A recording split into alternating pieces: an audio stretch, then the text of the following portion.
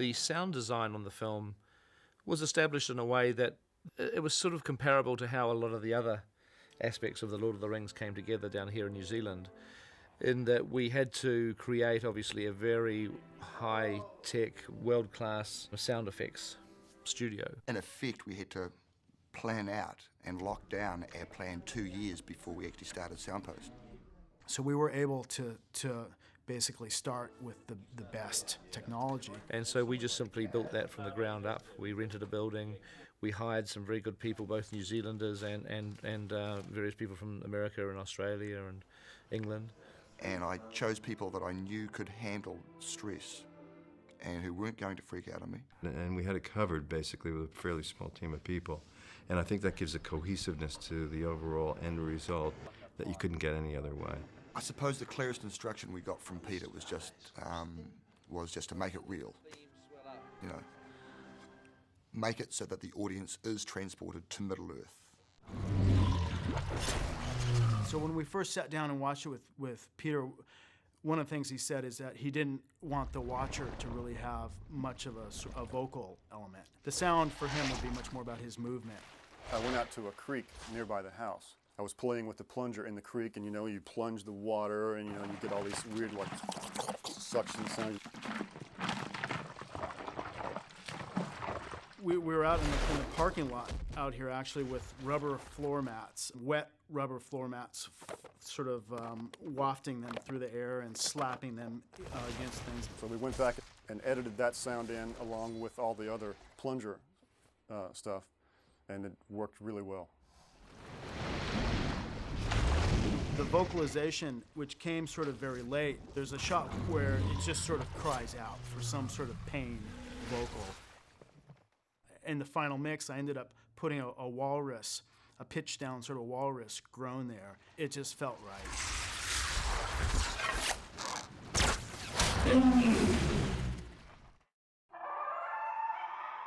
The thing that becomes kind of difficult about doing orcs, as opposed to other monsters in any monster movie, is that they're very humanoid. The approach that we sort of ended up with was taking animals, sort of vicious attack animals, and then imitating them with our own voices. One of the things we used was a pig dog, and we pitched it down, and it's actually one of the best groaning sounds. Give this crazy squealing orc, a character that said, "Here I am, I'm a freak, and I'm here to kill you." We would say, "Pig dog, get pig dog in there." When Peter came up with the idea of cockroachy Moria orcs, we were trying to figure out what in the world are we going to do. Part of their terror is about them being just sort of overwhelming mass. And we couldn't quite figure out. We tried a few things that didn't quite work, and we were sitting around having a beer one day, and there was a bottle cap lying on the counter. The team got all these bottle caps together and put them onto the 2x4s. We strapped the 2x4s to our feet, and we went out with cricket shoes on. And we went over to Stone Street, the whole crew. It was a great day. We went over and just recorded ourselves just kind of scurrying around and making all these little weird little sounds.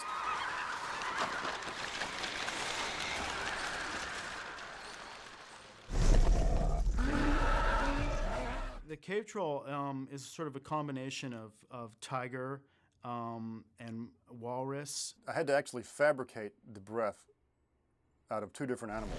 What I really liked as an inhale was a tiger, but the exhale wound up being a Canadian lynx. So I wound up fabricating breaths: inhale, tiger, exhale, lynx. Inhale, tiger, exhale, lynx.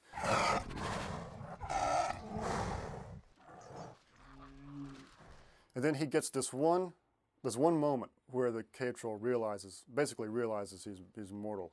And right at that one moment, we changed the cave troll's vocalizations completely from anything aggressive or tired to a very sad,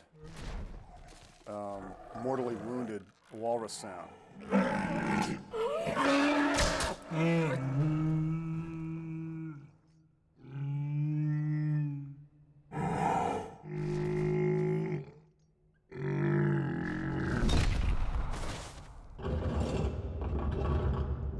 Description for the Balrog was, he said, "This is not a physical creature. It's basically shadow and flame. I mean, he's made out of rock and lava, so he needs to have this sort of very natural, organic, rocky feel.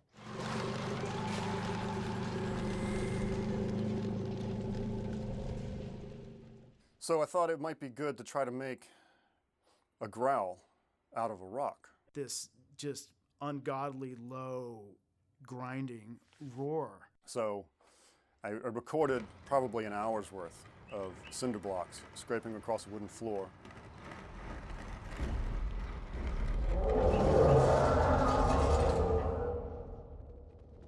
You can really hear that too. I mean, it's just this big sort of rocky scraping.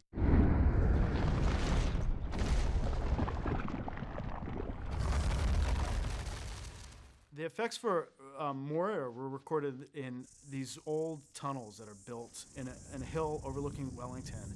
These phenomenal tunnels that just had this reverb tail that just went on forever. The cave troll, we took him in there and played him, off of a laptop and through speakers, allowed us to get the sound that Dave had come up with for him in this natural environment that was very similar to the environment that he is in the movie. So we took the vocalizations for the Moria Orcs and the Balrog and the Cave Troll. We recorded all those things over the speaker in there.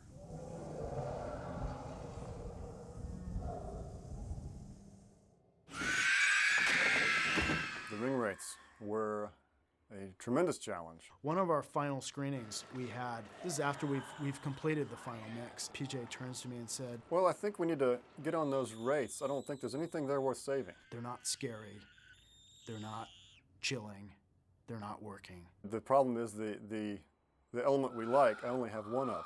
So I played the element for him.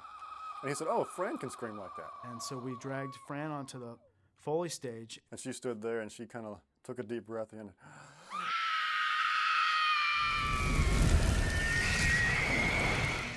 got the most spine-chilling screams I've ever heard in my life. They just about knocked me on my ass.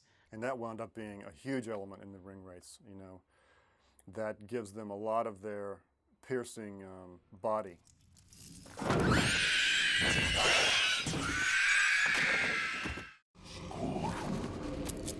The ring in the script is very much a character. It has a force and a presence and an energy. When I first started playing with ring sounds with Peter, we were going for an actual, more physical ring sound. And that turned into the ring having an actual voice. They would have different attitudes. To one person, it may be a seductress. To another person, it may be it may be a lover, or something like this. And that really changed into it being an actor who would remain the consistent voice of the ring throughout the film.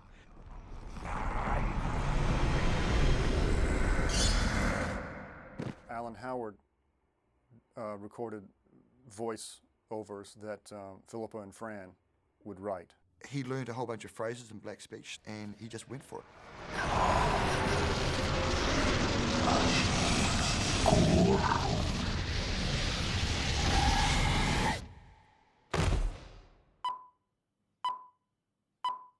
When we have to do ADR recording, we have to re-record the actors' voices. A lot of people don't realise that so much sound is actually replaced. And it happens all the time on movies, and, our movie was no exception. What is the greatest power? We intend on re-recording the dialogue for about 98% of the film, which is a lot more than is normal, but we've got a whole bunch of problems that most films don't have. Because of the sheer size of the production, we sort of spread out around a series of Wellington warehouses. And through some unknown reason, a couple of these warehouses were actually right next door to the airport.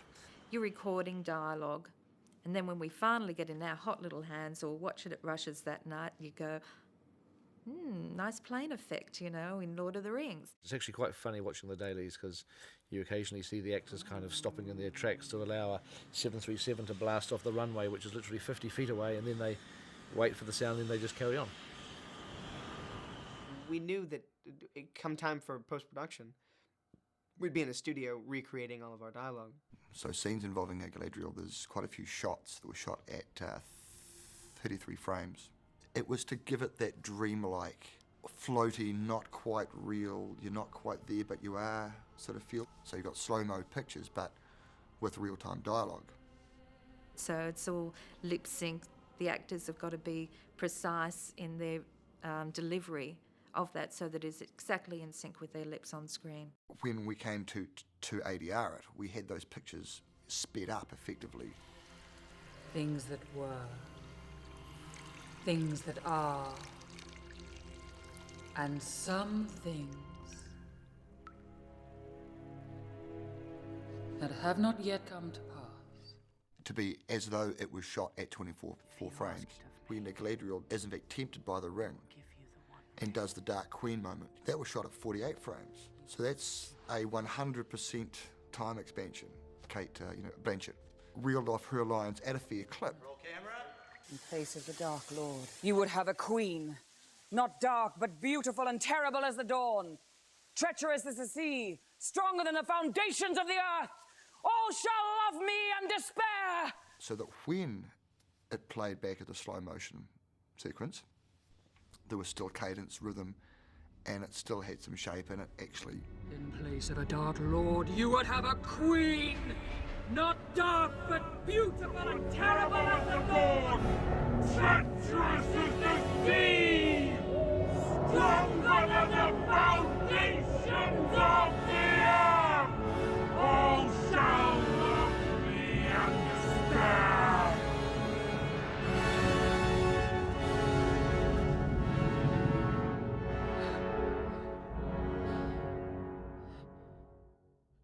All of those elements put together then finally creates a soundtrack, and then the sound mixers just smooth it all out, make it sound good, bring up the music or drop the music, the effects, bangs, make it loud, make it scary, make you jump in your seat, all of the things that you want to have for a good soundtrack.